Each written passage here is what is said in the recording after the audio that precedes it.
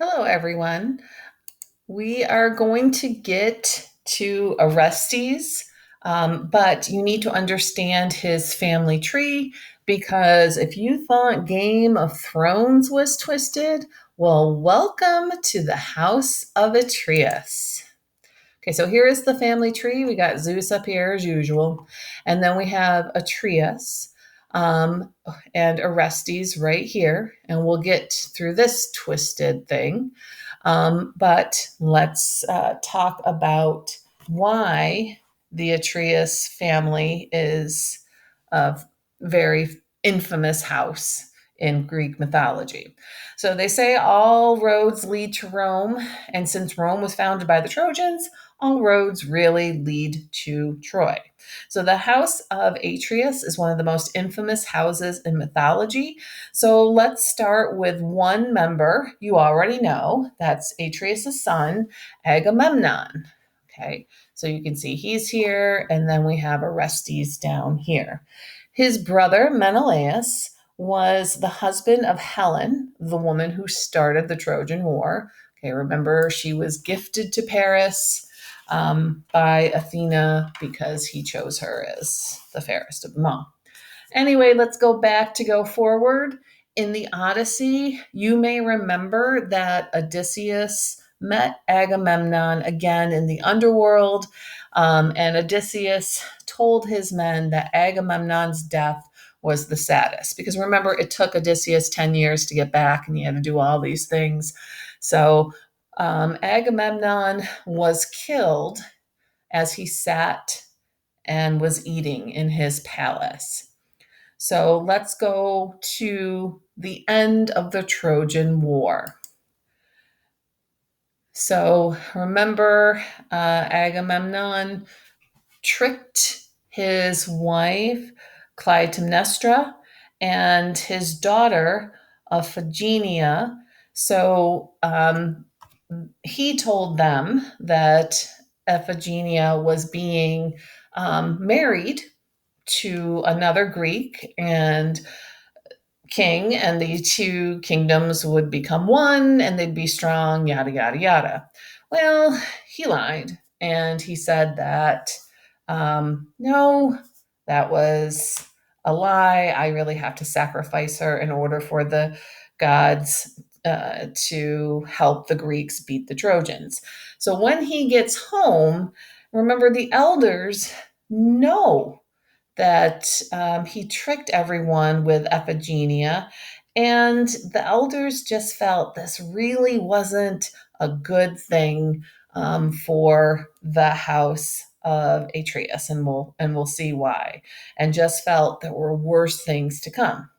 So, because of that, Queen Clytemnestra had been plotting her revenge for 10 years, and she finally has a chance to get her revenge. So, first, she takes a lover who just happens to be her husband's cousin, keep it in the family, and didn't hide him. So, everybody in Messina knew that she had a lover. Second, when Agamemnon gets home, she doesn't hide him. So she hears that he is home and she approaches Agamemnon with open arms and even is nice enough to say, "Welcome home." Well, if you remember during our Trojan War discussion, Agamemnon had an ego and he fought with Achilles and just he was whiny in the underworld as well when Odysseus saw him, but Odysseus forgets to mention that. So anyway, when he gets home, Agamemnon continues to be a jerk. He's like, "Thanks, BT Dubs. This is Cassandra. She is King Priam's daughter, and the guys gave her to me as a gift for being awesome. So make sure she's taken care of." You can totally see why Clytemnestra killed him.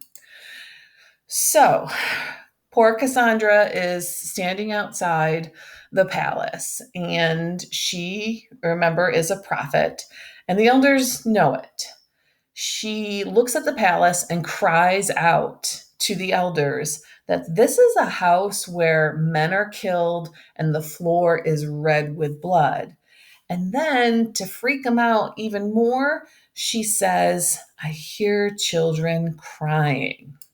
Okay, so she knows what happened in that palace. But the elders are confused because how would a woman from Troy know that Atreus had killed Thyaeus, his brother's children, cooked them, and then fed them to Thyaeus? But he left the heads so that he could then show Thyaeus, hey, guess what you just ate? So Atreus, sorry, has done many other sadistic things. That's a rabbit hole you can go down. I am not taking you down there in this video. So anyway, Cassandra tells them, well, guess what? There are going to be 2 more deaths, including my own. So that's nice to hear. And just then they hear Agamemnon yell, God, I am struck. When they open the palace doors, they see the queen, unapologetic for murdering Agamemnon, and he is buried. And remember, and what I like about Hamilton's version is that Hamilton gives the queen's perspective. She wasn't a murderer, but an executioner of the murderer of her daughter. And so then she turns to her lover and says, no more blood for you and me. So Orestes, Agamemnon and Clytemnestra's son, had been sent away, thankfully, because people believe Aegisthus would have killed him so as to be the only male heir to the throne.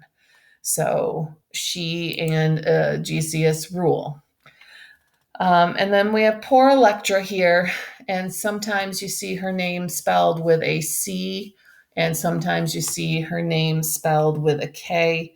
Either one is acceptable. One's Greek, one's English. And that poor girl has to stay in the palace with her mom and her stepfather / cousin. And she just waits for Orestes' return. So that's what's happening to poor Electra. There's a whole other play on her life, so you can check that out. Okay, so when Orestes becomes of age, he realizes he must avenge his father's murder. So keep this in mind when we read Hamlet. But the gods hate people who kill their mothers. And since his mother killed his father, what can he do? He has to avenge his dad's murder, but he can't kill his mom.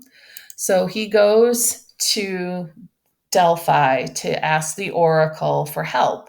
And Apollo himself, because he knows what's going on, speaks to Orestes clearly and says, slay the 2 who slew, atone for the death by death, and shed blood for old blood shed. So that was the final decision. Orestes takes it as he has to kill his mother and her lover and then himself.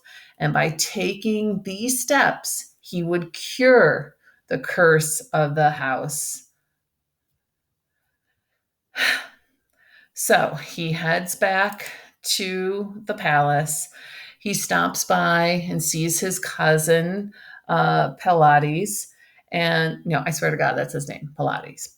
And tells his cousin all of these things, and Pylades agrees, I can help you. You have to avenge your father's death. Now, as Electra is praying at her father's tomb, she happens to say, I just can't wait till my brother arrives. Boom! Orestes shows up but breaks her heart with the news of Apollo's oracle.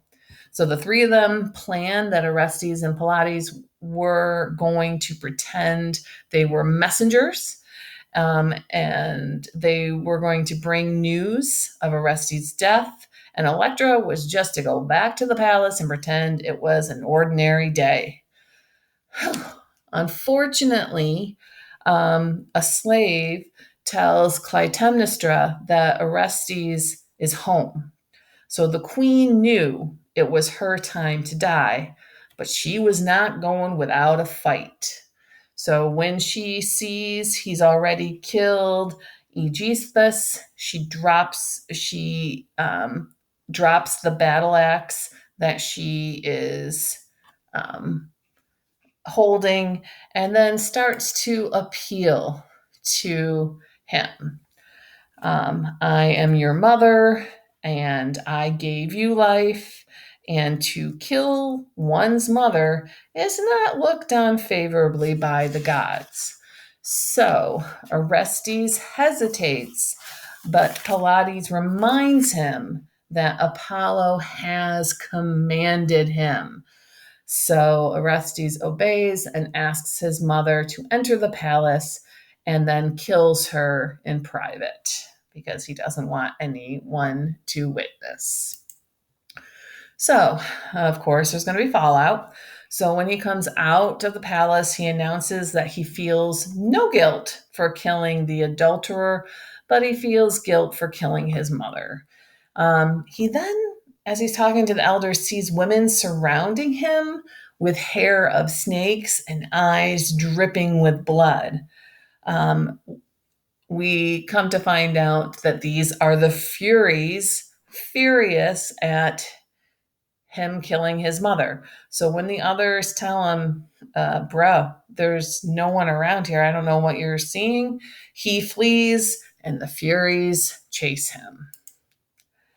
So after many, many years of wandering, he returns to the palace because Apollo had told him that he needs to travel to Athens to ask Athena for forgiveness. Apollo realizes he gave bad advice and he asked too much of Orestes. So Apollo tells Athena that he told Orestes to kill his mom. But Orestes says, you told me to do it, but I'm the one who did it. And I feel horribly that I did this.